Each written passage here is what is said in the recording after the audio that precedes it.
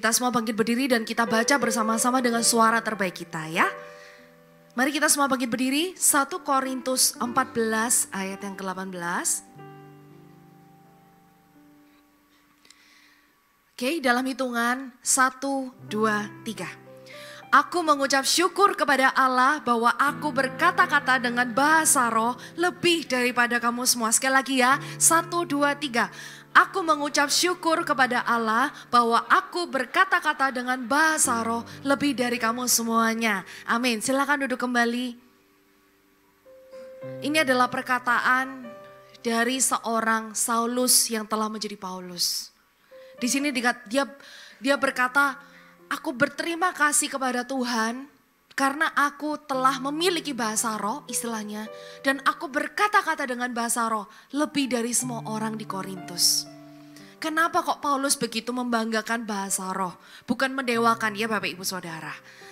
Karena waktu kita menerima bahasa roh, kita memiliki bahasa roh. Ada satu dimensi yang ilahi yang kita masuki dan itu tidak semua orang bisa. Kalau Anda melihat di film-film, misalnya kalau kita mau masuk ke dalam suatu kerajaan atau suatu tempat yang VIP, terkadang orang itu harus bisa ngomong dengan bahasa tertentu, kasih kode-kode gitu, baru dia bisa masuk. Sama halnya dengan bahasa roh. Bahasa roh itu membuat kita bisa masuk ke dalam suatu dimensi ilahi yang itu tidak akan pernah bisa dimasuki oleh siapapun. Bukan berarti Tuhan pilih-pilih, karena bahasa roh bukanlah tentang keharusan. Bahasa roh itu tentang kehausan kita untuk mengenal pribadi Roh Kudus. Amin. Sama halnya ketika orang membaca firman Tuhan, ketika dia tidak memiliki Roh Kudus, tidak dibaptiskan dengan Roh Kudus, maka firman Tuhan hanya akan sekedar menjadi teori. Tapi waktu kita memiliki Roh Kudus dalam kehidupan kita, semua menjadi berbeda. Roh Kudus akan menerangkan satu demi satu. Makanya betapa pentingnya sampai Paulus bilang, aku mengucap syukur kepada Tuhan karena aku berbahasa roh lebih daripada kamu semua yang ada di tempat ini. Berarti Paulus ini benar-benar tahu manfaat dari bahasa roh itu apa. Ya, kita punya akses untuk masuk ke tempat Maha Kudus di mana semua orang tidak bisa masuk. Makanya Bapak Ibu Saudara, ada orang-orang tertentu ketika mereka membaca firman Tuhan, itu cuma sampai di pikiran, tidak pernah sampai di hati. Karena tidak ada Roh Kudus yang menjelaskan apa maksud dari firman. Malah terkadang kalau orang itu tidak memiliki Roh Kudus dalam hatinya, bisa jadi dia telan mentah-mentah itu semua firman. Tidak ada penjelasan, ya cuma asal baca aja, udah asal baca, asal baca.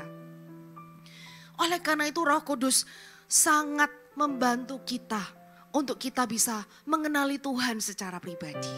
Ya. Dan sekarang kita akan masuk di ayat 10. Jadi saya akan membahas dari ayat 10 sampai ayat yang ke-14 ya. Sebelum kita akan bahas satu demi satu, ada satu perubahan hidup saya yang paling mencolok adalah pada saat saya menerima baptisan Roh Kudus. Itu pada saat saya kelas 6 SD. Setelah saya menerima baptisan Roh Kudus itu, dan saya mulai saat teduh saya secara pribadi, tiba-tiba saya tuh menjadi orang yang mudah sekali menangis. Bukan menangis karena banyak masalah Bapak Ibu, tapi tiba-tiba saya tuh merasakan kasih Tuhan yang begitu hangat ada di dalam hati saya. Saya gak merasa dipeluk sih, tapi cuman pengen nangis saja. Bukan karena saya cengeng, tapi karena saya merasakan kasih Tuhan. Ternyata waktu kita menerima Roh Kudus dalam hati kita, Roh Kudus itu membantu kita untuk bisa merasakan kasih Tuhan. Sejak saat itu, kehidupan atau hubungan pribadi saya dengan Tuhan tidak pernah sama lagi. Kalau dulu cuma liturgi, ya udah yang penting nyanyi, yang penting hafal lirik. Sekarang, seperti yang tadi saya katakan, ada satu dimensi yang saya masuk lebih dalam dan hidup saya tidak pernah sama lagi. Ya, mari kita belajar sama-sama. Di ayat yang ke-10 sampai 14 kita baca dulu ya. 10 sampai 14. Ada banyak, entah berapa banyak macam bahasa di dunia. Sekalipun demikian, tidak ada satupun di antaranya yang mempunyai bunyi yang tidak berarti. Tetapi jika aku tidak mengetahui arti bahasa itu, aku menjadi orang asing bagi dia yang mempergunakannya dan dia orang asing bagiku. Demikian pula dengan kamu. Kamu memang berusaha untuk memperoleh karunia-karunia roh. Tetapi lebih daripada itu, hendaklah kamu berusaha mempergunakannya untuk membangun jemaat. Karena itu, siapa yang berkata-kata dengan bahasa roh, ia harus berdoa supaya kepadanya diberikan juga karunia untuk menafsirkannya. Sebab jika aku berdoa dengan bahasa roh, maka rohkulah yang berdoa, tetapi akal budiku tidak turut berdoa. Kita perhatikan di ayat 10 sekali lagi. Ada banyak, entah berapa banyak macam bahasa di dunia. Sekalipun demikian tidak ada satupun di antaranya yang mempunyai bunyi yang tidak berarti. Ada banyak sekali bahasa di dunia Bapak Ibu. Totalnya ada 7.139 bahasa di dunia. Wow, hebat ya Tuhan kita itu. Tuhanlah yang menciptakan semua bahasa di dunia. Sedangkan kalau di Indonesia Anda tahu total ada bahasa daerahnya adalah 653. Banyak sekali ya bahasa kita. Itu semua bermula dari bangsa Babel. Anda ingat ceritanya? Waktu itu karena mereka punya satu bahasa yang sama, mereka mau mendirikan menara Babel yang kepinginnya tuh sampai ke surga. Tapi Tuhan kacau balaukan. Tuhan gagalkan dengan cara apa? Membuat satu dengan yang lain tuh tidak mengerti bahasanya. Ih kamu tuh ngomong apa sih? Jadi pada kacau balau gitu. Nah dari situlah variasi bahasa muncul. Tapi dari semua bahasa yang kita kenal itu semua punya arti loh Bapak Ibu. Sekalipun kita enggak ngerti bahasa Korea annyeonghaseyo. Itu kan artinya selamat pagi, betul ya? Enggak tahu kalau saya salah. Ada lagi, ohayo gozaimasu. Itu juga punya arti, sekalipun kita enggak ngerti, semua bahasa punya arti di dunia. Bahkan kalau Anda tahu, bayi pun ya, itu kalau nangis itu ada artinya loh. Saya sih waktu dulu punya baby, saya enggak sampai terlalu merhatiin, tapi ternyata ada pembelajarannya. Kalau bayi oe itu artinya apa? Mungkin dia lapar, ada yang kalau dia nangisnya kayak gimana, oh berarti dia pup. Kalau kayak gimana lagi berarti dia ngantuk. Setiap bahasa, bahkan angin sekalipun itu Tuhan yang menciptakan. Ketika ikan di laut memberikan gelombang suara kepada teman-teman yang lain agar mereka berkumpul, itu semua ada artinya. Terlebih lagi Bapak Ibu, bahasa roh. Bahasa roh itu sekalipun kita tidak mengerti, tapi itu punya arti yang sangat dalam. Kenapa sih bahasa roh tidak bisa diartikan Bapak Ibu? Karena artinya terlalu dalam. Terlalu indah, terlalu rumit. Saya akan jelaskan 3 hal. Bahasa roh itu memiliki arti apa aja waktu kita berbahasa roh gitu ya. Kita buka sama-sama di Yohanes 16 ayat yang ke-13.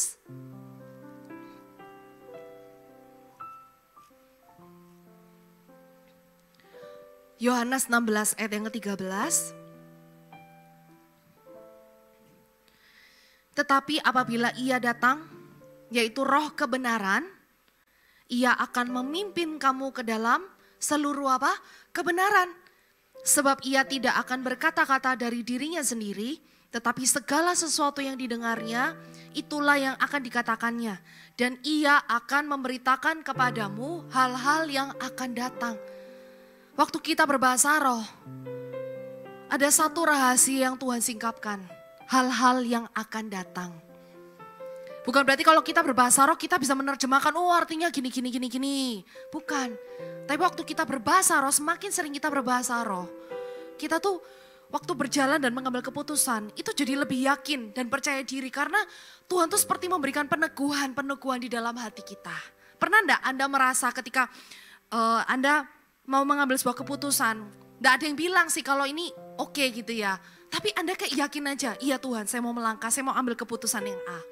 Nah bahasa roh itu, waktu kita berbahasa roh, kita tuh sedang menceritakan hal-hal yang akan datang. Roh Kudus akan menyelipkan rahasia-rahasia Tuhan di dalam hidup kita. Karena segala sesuatu yang didengarnya dikatakan di sini, segala sesuatu yang didengarnya, yang didengar oleh Roh Kudus dari Tuhan, itu akan dibisikkan ke dalam hidup kita. Jadi kita tidak akan mungkin tersesat Bapak Ibu Saudara. Karena Roh Kudus yang menuntun kita secara langsung kepada kebenaran. Di sini dikatakan, Ia akan memimpin kamu ke dalam apa? Seluruh kebenaran. Percayalah, sesendiri-sendirinya kita di dalam rumah, di dalam pekerjaan kita, you'll never be lonely. Even you are alone, even you are Christian alone, you'll never be lonely. Engkau tidak akan pernah sendirian. Roh Kudus yang akan selalu memimpin kita kepada kebenaran. Kemudian yang kedua apa? Bahasa roh artinya adalah Kisah 2 ayat 11.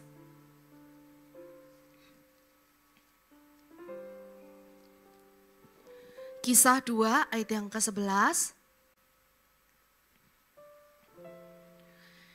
Baik orang Yahudi maupun penganut agama Yahudi, orang Kreta dan orang Arab, kita mendengar mereka berkata-kata dalam bahasa kita sendiri tentang perbuatan-perbuatan besar yang dilakukan Allah. Perhatikan di sini. Kita mendengar mereka ini adalah 120 orang yang kepenuhan Roh Kudus dan mereka tiba-tiba berbahasa roh. Itu orang lain menangkap kalau mereka itu menceritakan tentang perbuatan-perbuatan besar yang dilakukan oleh Allah. Ternyata waktu kita berbahasa roh, kita memuliakan Tuhan. Ternyata tidak hanya nyanyian yang memuliakan Tuhan, bahasa roh juga memuliakan Tuhan. Kalau kita tidak sedang memikirkan apa-apa dan kita berbahasa roh, shikarana yarama hakarana yaramo, shikirala yaramo hokoro tokoro shikiriri. Kita sedang memuliakan Tuhan yang di surga. Betapa indah ya, bahasa roh itu tidak pernah mengandung konten negatif Bapak Ibu. Kalau film bisa, bahasa roh, it's always beautiful inside and outside. Tidak akan pernah kita tuh kayak kerasukan gitu ya sampai tidak bisa menghentikan. Bahasa roh itu beautiful, indah sekali. Semua perkataannya, sekalipun kita tidak bisa mengartikan, itu perkataan yang memberkati Tuhan. Itu perkataan yang memuliakan Tuhan. Dan yang ketiga, arti dari bahasa roh kita lihat sama-sama di Roma 8 ayat 26.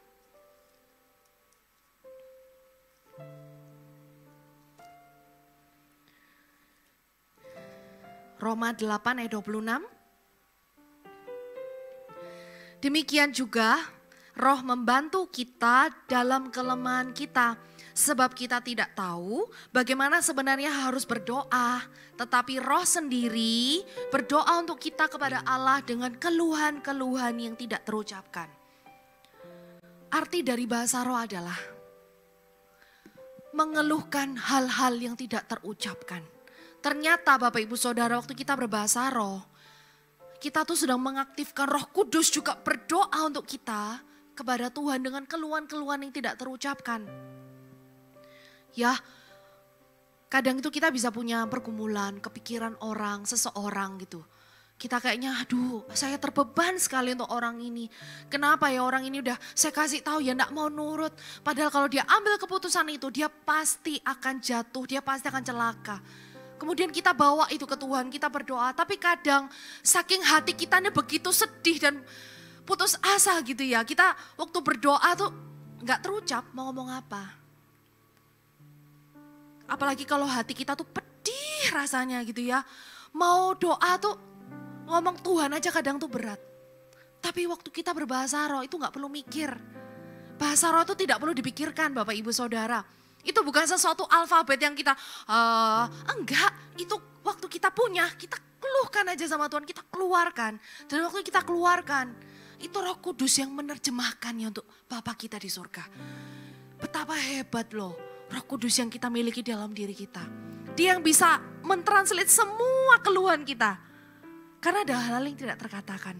Betul Bapak Ibu Saudara, ada hal-hal yang kita nih tahu, aku tuh ngalamin ini, tapi untuk dikatakan tuh sulit sekali. Nah, Roh Kudus yang bisa menerjemahkan itu semua ke Tuhan dengan keluhan-keluhan yang tidak terucapkan. Saya nggak tahu Roh Kudus cara ngomongnya ke Tuhan keluhannya gimana. Kalau dalam bahasa Inggris itu sigh itu kayak gitu. Dengan nafas yang berat, seperti Roh Kudus itu juga memiliki beban untuk kita agar kita tuh juga bisa dilepaskan dari segala beban dalam hidup kita. Anda ngerti gak maksud saya? Waktu kita berbahasa roh, Roh Kudus juga berdoa kepada Tuhan dengan keluhan-keluhan yang tidak terucapkan. Di sanalah bahasa roh membuat kita selalu tepat sasaran. Karena bahasa roh kita tujukan untuk Tuhan. Bukan untuk orang kita, ya gak ngerti Bapak Ibu Saudara.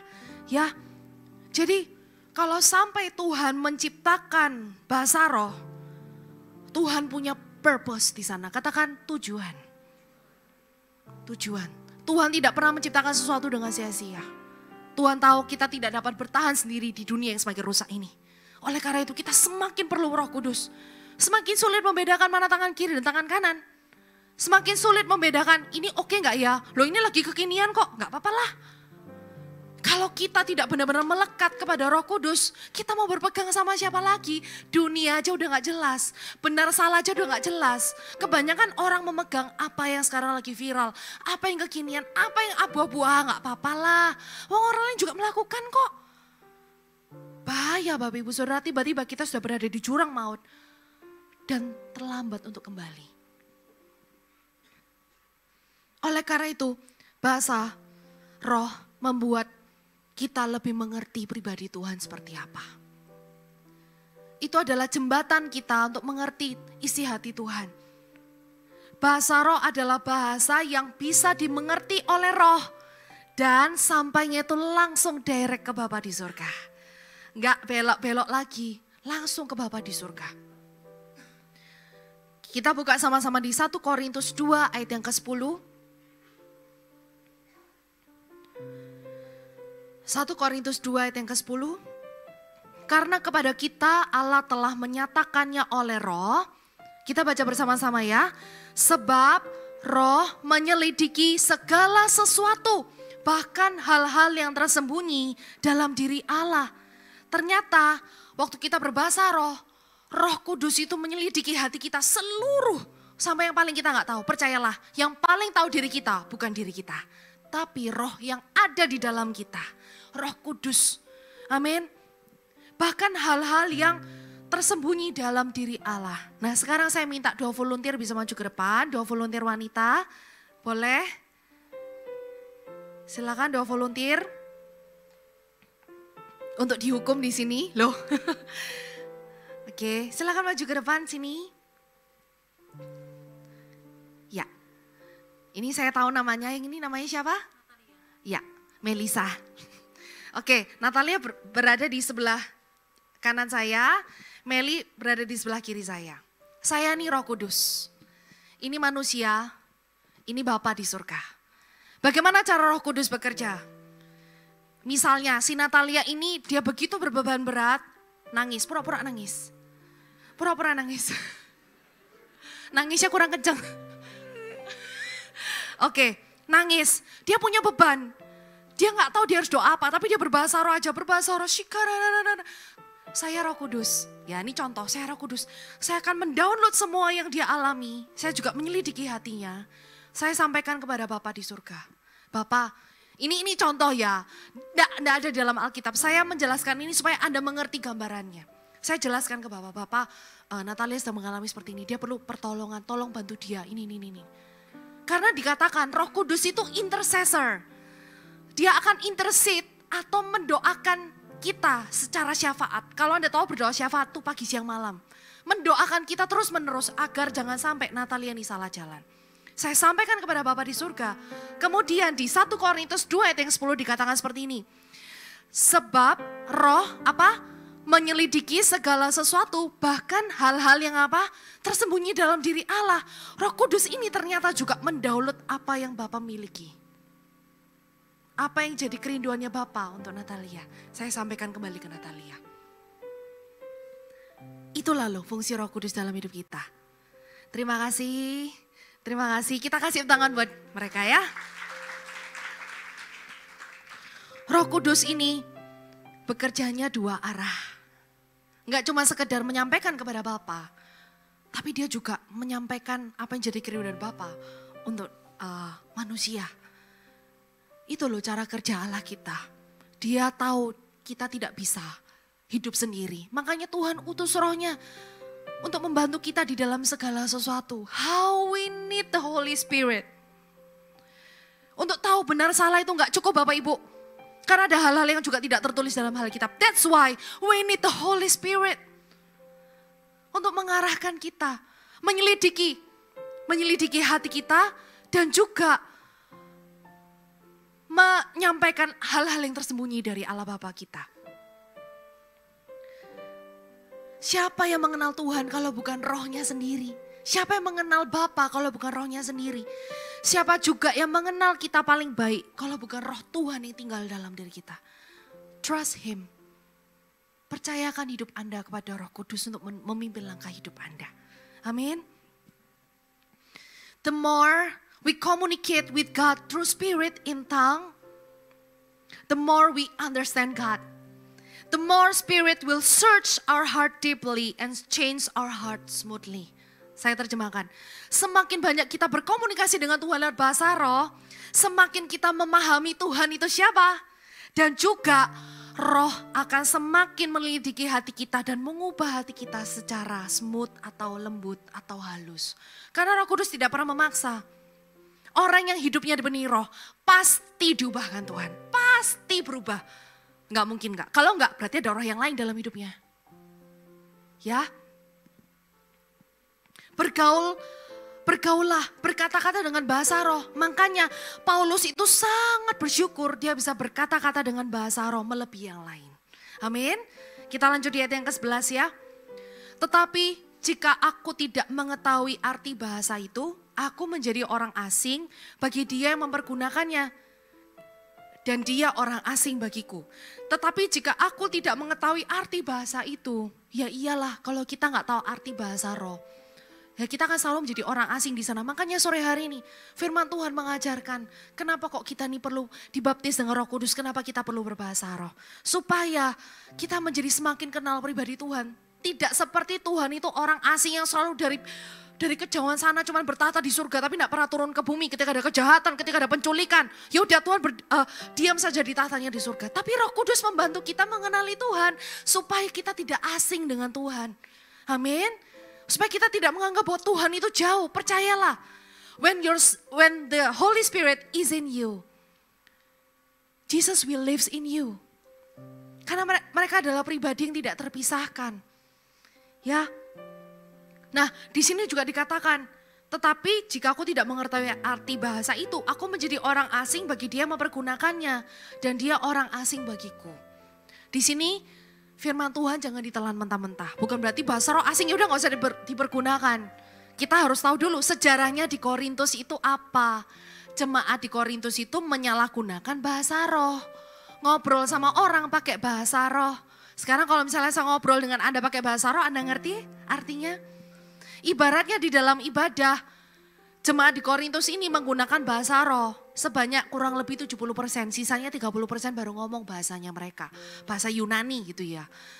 Ya salah, makanya Paulus itu memperingatkan. Tapi kita juga bisa belajar dari kehausan dan kelaparan mereka akan karunia. Karena mereka ini orang yang sangat haus dan lapar akan karunia. Nah, oleh karena itu di dalam ibadah Bapak Ibu Saudara, sekarang Anda bisa tahu kenapa kok di dalam ibadah kita juga penggunaan bahasa roh tidak yang terlalu sering. Biasanya kita hanya pakai pada saat apa? Pada saat kita menyembah Tuhan. Kita memuji Tuhan, menyembah Tuhan. Kemudian ada satu momen di mana worship leader mengajak, mari kita semua sembah Dia. Kemudian kita bermazmur. Di situ kita juga berbahasa roh. Dan setelah itu udah selesai. Dari sini kita bisa tahu bahwa ya gereja kita sudah melakukan semua dengan proporsi yang benar. Tidak ada bahasa roh yang berlebihan.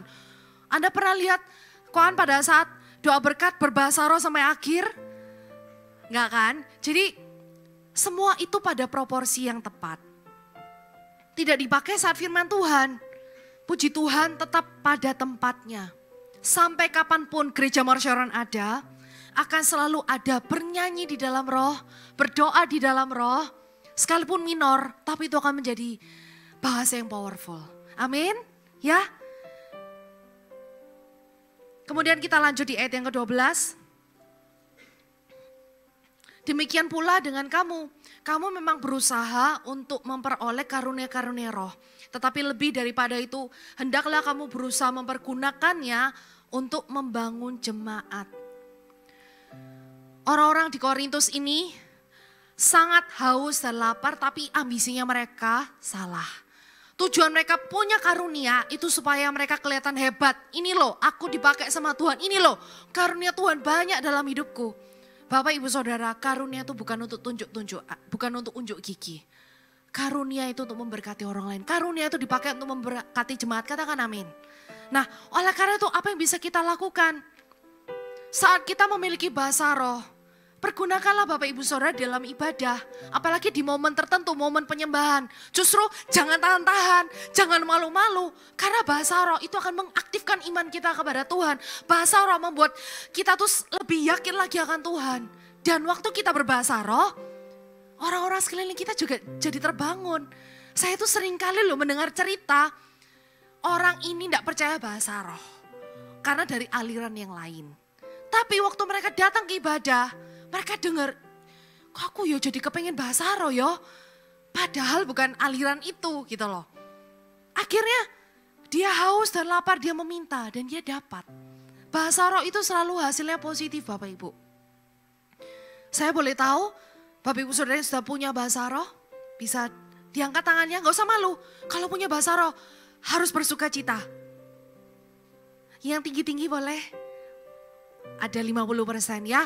Saya berdoa nanti setelah firman Tuhan selesai dibagikan, kita akan berdoa bersama-sama untuk Anda ya. Supaya Anda juga bisa menerima baptisan Roh Kudus. Amin. Jadi bayangkan saat semua orang berbahasa roh dalam satu ruangan, iman setiap orang terbangun, kehausan dan kelaparan akan Tuhan, itu menjadi-jadi. Jadi saat ada kesempatan berbahasa roh, jangan tahan-tahan. Kalau firman Tuhan kayak gini lagi dibagikan ya, Anda jangan berbahasa roh. Itu malah mengganggu kenyamanan yang lainnya. Gitu ya Bapak Ibu Saudara. Kemudian di ayat yang ke-13.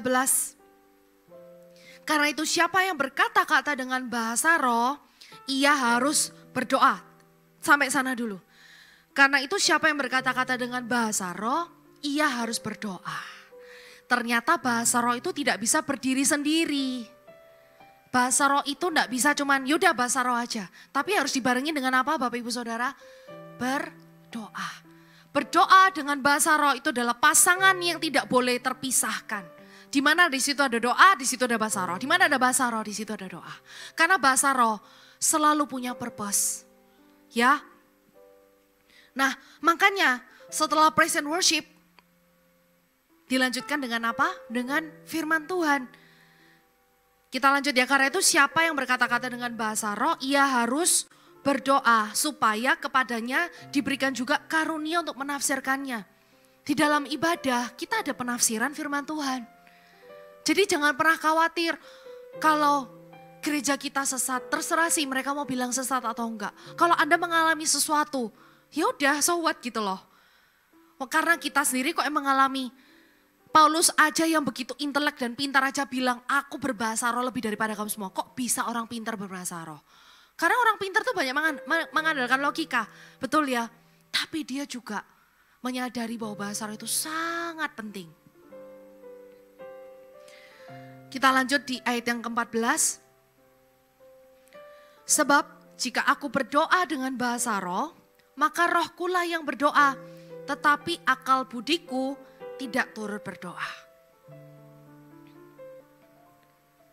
Kalau aku berdoa dengan bahasa roh, rohkulah yang berdoa, akal budiku tidak turut berdoa. Kenapa sih kok kita harus membatasi Tuhan pada logika kita? Kenapa sih kok kita tuh gak berani komunikasi ke Tuhan dari hati ke hati? Karena bahasa roh kita tuh sebenarnya komunikasi kita ke Tuhan dari hati ke hati. Ini adalah jalur komunikasi yang melebihi bahasa intelektual. Percayalah Bapak Ibu Saudara, bahasa manusia akan selalu gagal membawa kita kepada Tuhan. Tapi tidak dengan bahasa roh. Bahasa manusia itu terbatas. Kita mau berdoa berapa lama sih untuk mengungkapkan seluruh isi hati kita ke Tuhan? Paling lama ya 5-10 menit. Setelah itu udah bingung mau ngomong apa lagi. Tapi bahasa roh akan selalu berlanjut. Akan selalu berlanjut dari waktu ke waktu. Saya belajar untuk bisa menerapkan berbahasa roh setiap hari.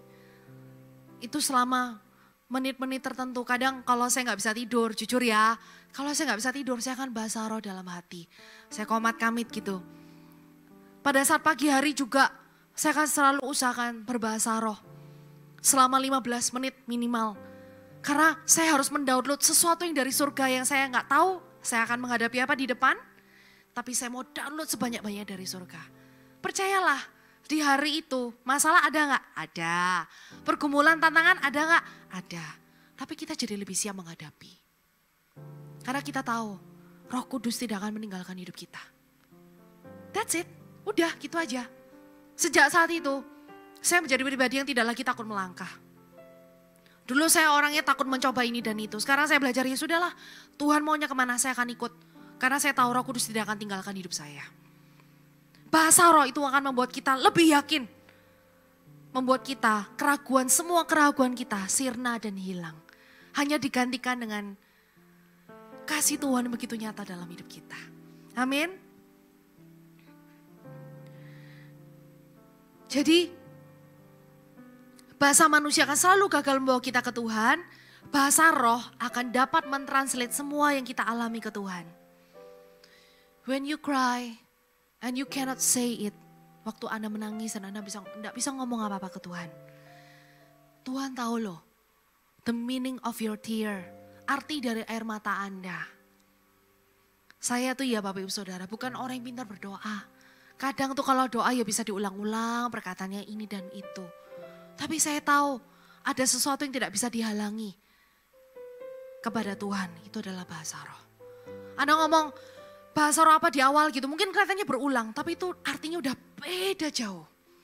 Too deep, terlalu dalam untuk dapat bisa diartikan.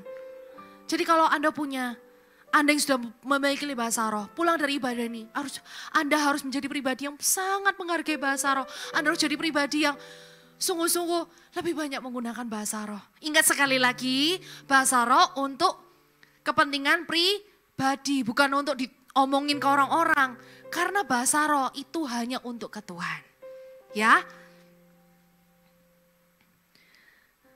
Nah, Paulus ini berani untuk melangkah dan berbahasa roh padahal orang ini sangat pintar.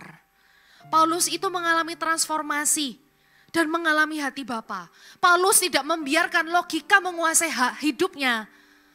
Ini Paulus ini ya, kalau di zaman sekarang itu kayak salah satu orang terpintar di dunia. Karena itu dia hidup di zamannya Imam Gamaliel. Ya itu salah satu imam tertinggi di sana. Pengajarannya itu pengajaran yang sulit sekali. Tapi kalau sampai orang sepintar ini bisa terima bahasa roh, tidak ada yang mustahil buat kita. Amin. Bahaya juga sih Bapak Ibu Saudara, kalau kita terlalu logika, kita jangan-jangan malah jadi ateis nanti ke depannya. Tidak semua hal harus kita pikirkan. Kalau kita tahu semua hal di dunia ini, berarti kitalah Tuhannya. Tidak perlu ada Tuhan di dunia ini. Ada hal-hal yang kita tidak perlu tahu semua. Kita tidak perlu pikirkan semua dengan logika kita. Sometimes kita harus letakkan logika. Kalau untuk hal-hal yang rohani, untuk sesuatu yang berhubungan dengan Tuhan, letakkan semua logika kita. Karena itu gak masuk akal semuanya. Jangan halangin Roh Kudus masuk dalam kehidupan kita. Karena kita merasa bahwa aku pintar, aku udah ngerti. Udah aku gak perlu dengerin firman Tuhan. Roh Kudus itu bukan tipe yang memaksa. Tapi kalau kita haus, kita akan terima. Kalau kita haus, kita akan minum banyak. Itulah cara kerja Roh Kudus. Ada satu orang yang mengalami terobosan. Petrus. Petrus ini bukanlah murid yang terpelajar. Bahkan dia mungkin tidak lulus SD kalau zaman dulu. Tapi di situ dikatakan di Kisah Para Rasul 4 ayat ke-13, Anda tidak usah baca. Ketika sidang itu melihat keberanian Petrus dan Yohanes dan mengetahui bahwa keduanya orang biasa yang tidak terpelajar, heranlah mereka dan mereka mengenal keduanya sebagai pengikut Yesus. Kok bisa ya Petrus ini yang nggak lulus SD, itu bisa berdiri di dalam sidang, istilahnya orang Sanhedrin. Orang Sanhedrin ini adalah Jewish High Court. Itu orang Yahudi yang tertinggi banget, dia tuh kayak dari kaum bangsawan, sangat pintar. Tapi kok bisa Petrus itu ngomong dengan keberanian di depannya orang Sanhedrin ini? Because of the Holy Spirit. Because of the Holy Spirit. Orang yang berhasil mengalami terobosan di dalam roh. akan mengalami terobosan dalam logikanya. So don't worry, ketika Anda memiliki bahasa roh, bukan berarti kita akan kerasukan, kita akan semakin gak normal. No, justru kita membiarkan Roh Kudus menguasai pikiran kita, hati kita, cara pandang kita. Dan itu akan memengaruhi seluruh akal budi kita. Ya. Jadi saat kita tidak membatasi Tuhan dengan logika dan merindukan Dia lebih dari segalanya, He will work in our life in unexpected way. Waktu kita merindukan Tuhan, Dia akan bekerja dengan cara yang tidak terduga. Everything is possible with God. Ada 2 poin sederhana, Anda bisa catat ini untuk menyimpulkan segala sesuatu yang sudah disampaikan. Yang pertama, bahasa roh adalah satu-satunya bahasa yang mencapai tahta di surga. Direct, gak ada roaming Bapak Ibu. Tidak akan berbelok-belok, itu langsung ke hatinya Tuhan, sekalipun itu lewat Holy Spirit. Selemah apapun kita, keluhan kita yang tidak terucapkan, itu akan langsung sampai ke Tuhan. Bahasa roh adalah bahasa tertingginya surgawi. Our greatest blessing bukanlah ketika kita bisa ngomong berbagai macam bahasa di dunia, tapi ketika kita memiliki bahasanya Roh Kudus. Dan yang kedua, bahasa roh tidak bisa dilogikakan, tapi dirindukan. Amin, Bapak Ibu Saudara. Haus dan percaya adalah kunci untuk bisa menerima. Ayat terakhir kita akan buka sama-sama. Di Yohanes 7 ayat 37 sampai 39. Kita baca bersama-sama ya. Yohanes 7 ayat 37 sampai 39.